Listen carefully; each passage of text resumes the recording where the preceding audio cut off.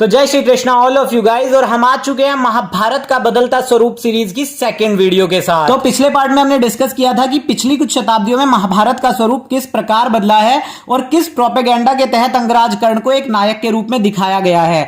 अगर आपने पिछला पार्ट नहीं देखा है तो ऊपर आई बटन पर लिंक फ्लैश हो रहा है, वहां क्लिक करके आप पिछला पार्ट देख सकते हैं। तो आज की वीडियो में हम विस्तार से जानेंगे कि महाभारत ग्रंथ जो कि हमारा इतिहास है उसे हमारे सामने टीवी सीरियल्स द्वारा किस प्रकार गलत तरीके से परोसा जाता है और अंगराज कर्ण के बारे में फैलाई गई कुछ झूठी कहानियों का खंडन भी हम अपनी वीडियो में महाभारत ग्रंथ द्वारा करने वाले हैं। तो टीवी सीरियल द्वारा अंगराज कर्ण के बारे में फैलाया गया सबसे बड़ा झूठ यह है कि गुरु द्रोणाचार्य ने उन्हें शिक्षा देने से साफ इनकार कर दिया था और गुरु द्रोणाचार्य ने उन्हें अपने गुरुकुल से निकाल दिया था। जबकि इसके विपरीत गुरु द्रोणाचार्य के गुरुकुल में कौरव पांडवों के साथ अंगराज कर्ण ने भी शिक्षा प्राप्त की थी और गुरु द्रोणाचार्य ने जब उन्हें ब्रह्मास्त्र के अयोग्य घोषित किया तब उन्होंने गुस्से में गुरुकुल का परित्याग कर दिया था। इसके बाद ब्रह्मास्त्र के लालच में उन्होंने परशुराम जी से झूठ बोला, जिसके बारे में अंगराज कर्ण ने खुद स्वीकारा था कि उन्होंने शस्त्रों के लालच में गुरु परशुराम से झूठ बोला कि वो भृगुवंश से ताल्लुक रखते हैं, लेकिन ऐसा नहीं था। और इसी के परिणाम स्वरूप उन्हें गुरु परशुराम से श्राप मिला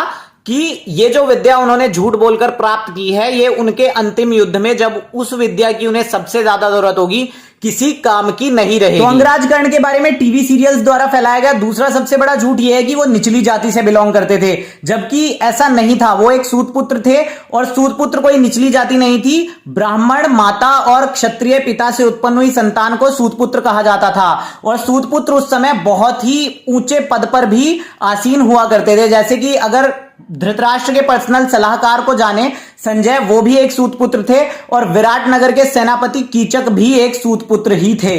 इन सब के विपरीत उस समय सनातन धर्म में कोई जातीय व्यवस्था नहीं हुआ करती थी, जबकि गुरुकुल में अपने गुणों और कर्मों के अनुसार शिष्य वर्ण चुना करते थे और इसे वर्ण व्यवस्था कहा जाता था। जैसे कि ब्राह्मण क्षत्रिय वैश्य शूद्र 4 टाइप के वर्ण होते थे। जिस बच्चे को वेदों का अच्छा ज्ञान हो जाता था वो ब्राह्मण बनता था और जो शस्त्र विद्या में पारंगत हो जाता था वो क्षत्रिय बनता था। इसका सबसे बड़ा एग्जाम्पल गुरु विश्वामित्र हैं जो कि राम जी के गुरु थे, जो एक क्षत्रिय पिता की संतान होने के बावजूद भी अपने वेदों के ज्ञान के कारण ब्राह्मण बने।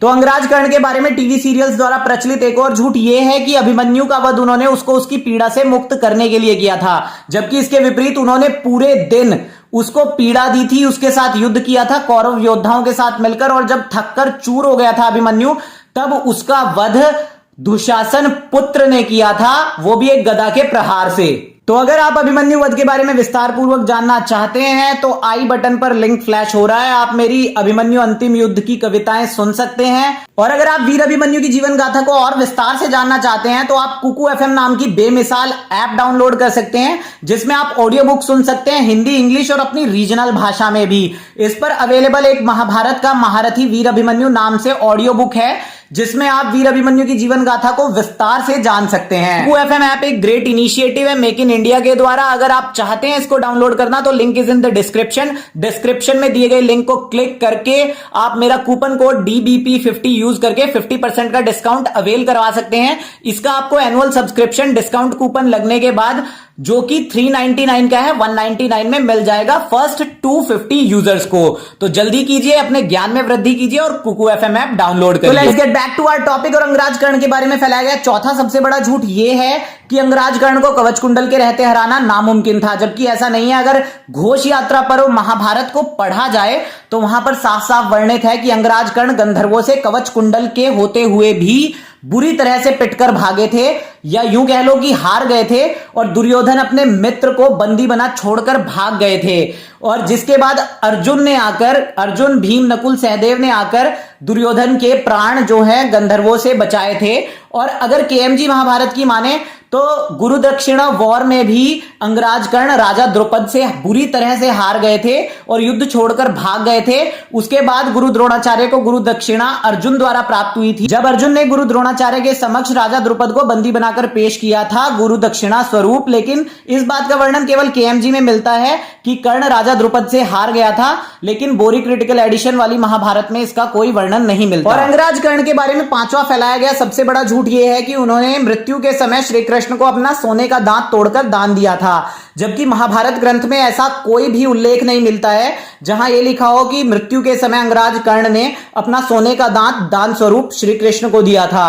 क्योंकि जब अंजलिका अस्त्र के प्रहार से अर्जुन ने अंगराज कर्ण का शीश काटा था तो उनका शीश धड़ से काफी दूर जाकर गिरा था, जिसके बाद यह बात असंभव हो जाती है कि वो अपने शीश से दांत तोड़कर श्री कृष्ण को दान दें, और ना ही महाभारत में इसका कोई भी उल्लेख मिलता है। With that being said, I am wrapping up this video. अगर वीडियो पसंद आया है तो आप लाइक कीजिए और आप इस इंफॉर्मेशन को ज्यादा से ज्यादा शेयर कीजिए ताकि लोग अपने ग्रंथों की गरिमा को पहचान सकें, और कमेंट बॉक्स में ज्यादा से ज्यादा कमेंट कीजिए। इस वीडियो का नेक्स्ट पार्ट भी मैं जल्द ही लेकर आऊंगा।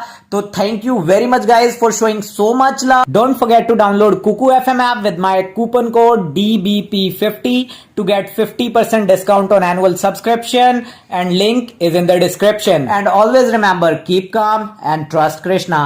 गर्व से तो हम हिंदू है, इस पावन धरा के बिंदु है, जहाँ प्रभु राम ने जन्म लिया उस सिंधु माता के कुंभ है।